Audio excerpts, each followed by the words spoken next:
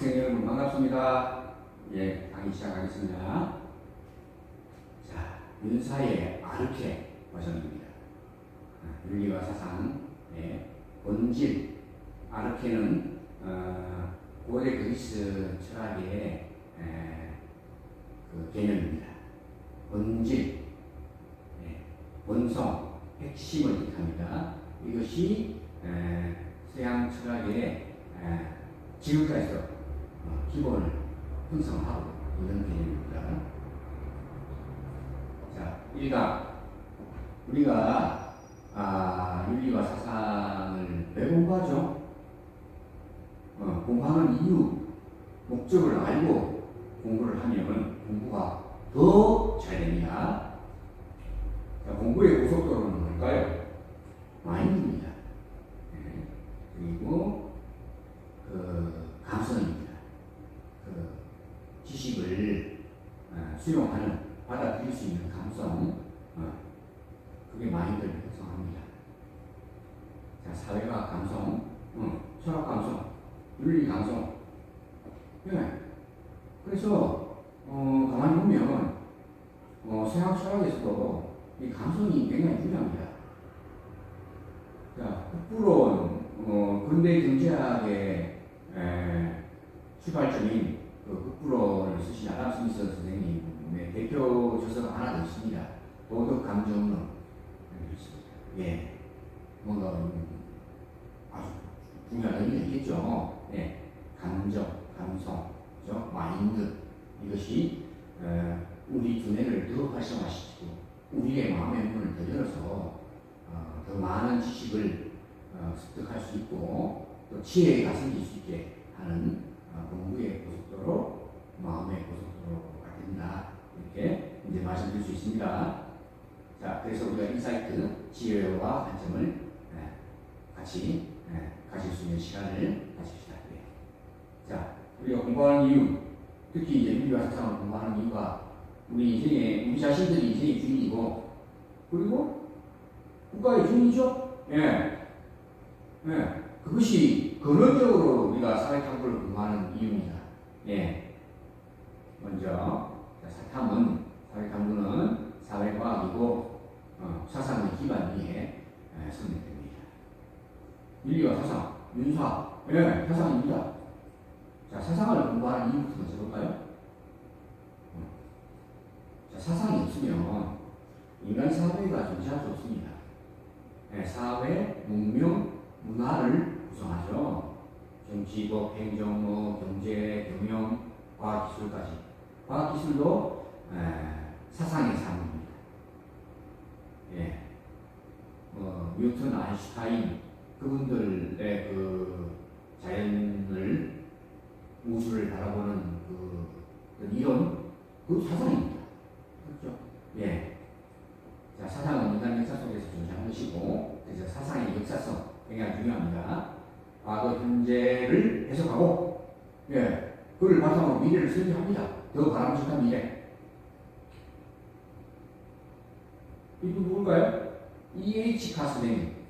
대표져서 역사란 무엇인가? 여기서 E.H. 카 선생님은 역사는 현재와 과거의 지속적인 대화라고 말씀을 하십니다. 이게 굉장히 중요합니다. 역사학, 또 사회과학 전체에 있어서 굉장히 중요한 사상입니다. 예. 자, 사상과 역사를 알고 우리가 과거, 현재를 인지하고, 인식하고, 분석하고, 평가해서 새로운 미래의 역사를 창조하는 거죠. 여러분의 미래의 인생도 창조할 수 있고, 그렇죠? 그 다음, 국가의 대한민국의 주인으로서 우리가 역할을 하는데, 그러려면 대한민국의 핵심을 알아야 되고, 그 핵심 중에 제일 중요한 거. 자, 대한민국은 사상의 기반이 존재하고, 그 대한민국이 어떻게 형성되었나? 한번 봅시다. 1897년까지는 조선이었어요, 조선. 예. 근데 97년에 나라 이름을 대한, 또 황제 국가, 그래서 대한제국으로 바뀝니다. 그게 1910년까지 가죠. 1910년에서 1945년까지는 일제강점기고, 그 사이 1919년에 임시정부가 수립되고 해방 이후에 48년까지 미군정이 있고 48년에 리퍼블릭 오브 코리아 대한민국이 수립이 됩니다. 그죠? 자, 이러한 과정을 우리가 어떻게 해석을 할까요? 사상이 있으면 해석할 수 있습니다. 그죠? 사상적인 눈으로. 네. 자, 주체적으로 국민의 자긍심을 높이고 역사의 교훈이 될 수 있고 미래 국가 발전의 기반이 될 수 있도록 해석해야 되겠죠? 네. 그게 사회과학의 힘이고 사상의 힘입니다.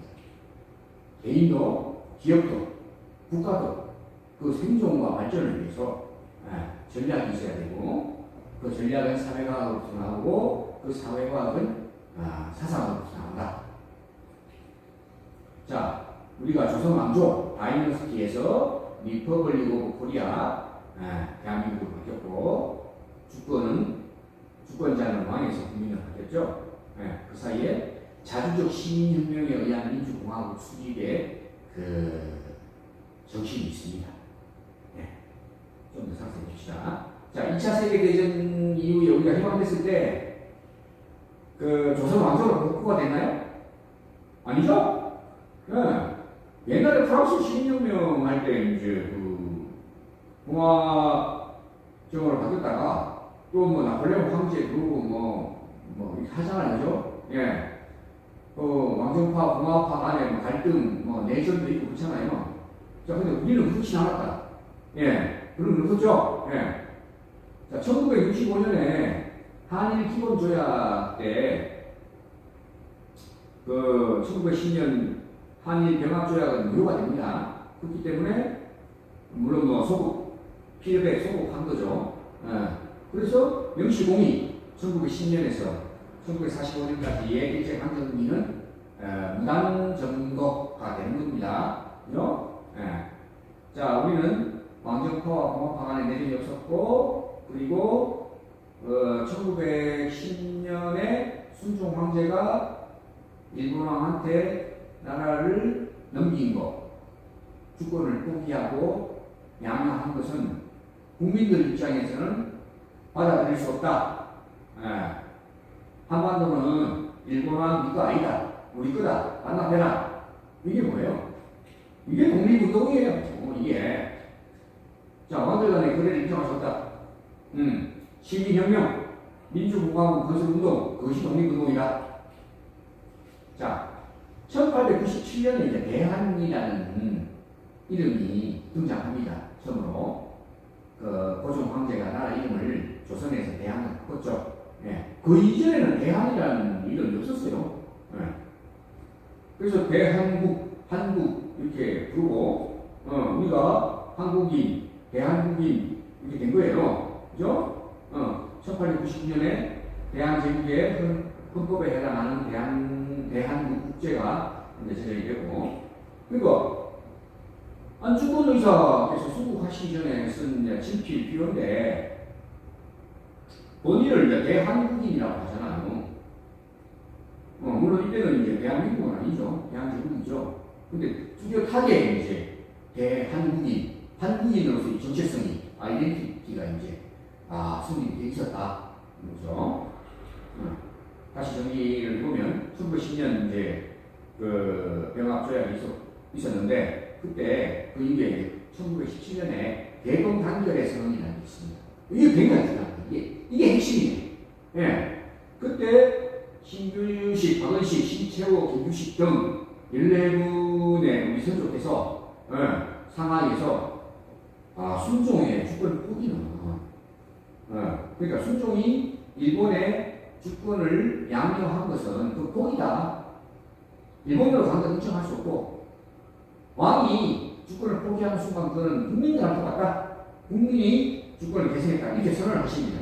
이게 바로 시민혁명입니다. 시민혁명. 왕으로부터 국민이 주권을 받은 거예요. 자, 시민혁명, 자주적 국민 주권의 확립. 왕의 주권 양면을 인정할 수 없고, 왕정 복권은 원천 공세. 그래서 명실공히 정말 왕조에서 민주공화국으로 바뀐 겁니다. 자, 19년에 3.1운동이 있었고, 이 대한민국 임시헌장이 제정됐고 또 임시헌법 제정되고 임시정부가 수립됐죠. 그 다음에 48년에 헌법이 제정되고 정부가 수립됐습니다. 95년에 한일 기본 조약, 한일 기본 조약, 한일 기본 조약에서 자, 이 원문은 영문이에요. Already null and void. 이미 무효다. 선언이 됐습니다. 자, 그래서 그러면 1910년에 경순국치는 없어진 거예요. 그러니까 1910년에 경순국치 없어지고 순종이 주권 포기했고 국민이 주권 계승했고 3.1운동 있었고 임시정부 수립됐고 그 이후에 이제 대한민국 정부가 리퍼블릭 오브 코리아가 수립이 되고 이게 남은 거예요. 이게 일제강점기 미군정 정부 수립 그 사이에 독립운동 이거 왕조 조선 왕조를 위한 독립운동 아닙니다. 민주공화국을 위한 독립운동입니다. 왕정의 반대 대한제국이든 뭐 일본 제국이든 다 반대 민주공화국을 형성하는 그 형성기간 그죠? 그 속에 사상으로서 원동력 그것이 이제 시민혁명의 요소가 혁명적 요소다. 이야말로 정말 시민혁명이다 이렇게 얘기할 수 있습니다. 우리 헌법 안에 우리가 사회탐구를 공부해야 될 또 윤사를 윤리와 사상을 공부해야 될 이유가 있습니다. 자, 전문을 볼까요? 유구한 역사와 전통에 빛나는 우리 대한국민은 유구한 역사 뭐예요? 한국사예요. 한국사, 동아시아사, 그리고 크게 세계사. 세계사 속에 동아시아사가 있고 그 속에 또 한국사가 있는 거잖아요. 유구한 역사, 유구한 전통. 이게 전통이라는 게 사상이에요. 한국 사상이 있고 동양 사상이 있고 또 동양의 한편 그동안 근대 이후의 세계를 이끌어온 서양 사상이 있는 겁니다. 이걸 우리가 이제 공부를 해야 되는 거예요. 왜? 국가의 주인이니까. 그죠? 헌법 제1조 민주공화국. 이 민주공화국이라는 사상 속에 자유주의, 민주주의, 공화주의, 법치주의, 자본주의 시장연계 다 있는 거예요. 자, 서양 사상은 서양사와 함께 함께 합니다. 자, 우리가 윤리와 사상을 공부하는 이유 다시 잠시만요. 그러니까 이렇게 윤리와 사상을 공부하는 이유가 있는 거예요. 사상, 그렇죠? 자, 사회 탐구의 중심과 구조 속에서 또 그 의미를 다시 보면 윤리와 사상은 역사와 함께 합니다. 윤리와 사상, 개인윤리, 사회윤리 합쳐서 윤리가 된 거죠. 윤리죠. 사상은 기반에서 윤리가 존재하고 윤리학이 존재하고 윤리와 사상으로서 같이 보는 거죠. 자, 윤리와 사상 과목 이 사탐에서 윤리와 사상 과목이 중심이고 생활과 윤리는 실천윤리로서 윤사와 한몸입니다. 생윤은 윤사와 한몸이에요. 그럼 그 사상으로부터 사회문화, 정치와 법, 경제 다 거기서 파생된 겁니다. 아시겠죠? 역사, 세계사, 동아시아사 있죠? 한국사는 별도의 과목도 있고 지리 봅시다. 자연 환경과 인간의 삶 같이 있는 거예요. 자, 공간과 시간은 자연 환경으로서의 공간과 시간도 있고 또 역사의 표전과 또 시간성, 그죠? 공간과 시간은 자연 환경의 역사도 되지만 인간의 역사도 되는 겁니다. 그죠? 그걸 바라보는 눈, 해석, 그게 사상이죠? 지리. 그래서 한국지리, 세계지리. 그죠? 자연지리와 인문지리가 결합되고, 자, 그래서 전체적으로 우리가 사회탐구 영역의 과목들을 봤습니다. 그죠? 그래서 우리가, 사회과학을, 사회탐구를, 윤사를 또 공부해야 되는 이유를 종합적으로 크게 봤습니다. 이게 이제 공부의 학습의 바탕이 되는 것입니다. 여러분의 의식 속에, 마인드 속에 이런 생각이 바탕에 자리 잡고 있어야 됩니다. 아시겠죠? 예, 이 강에서 만나겠습니다.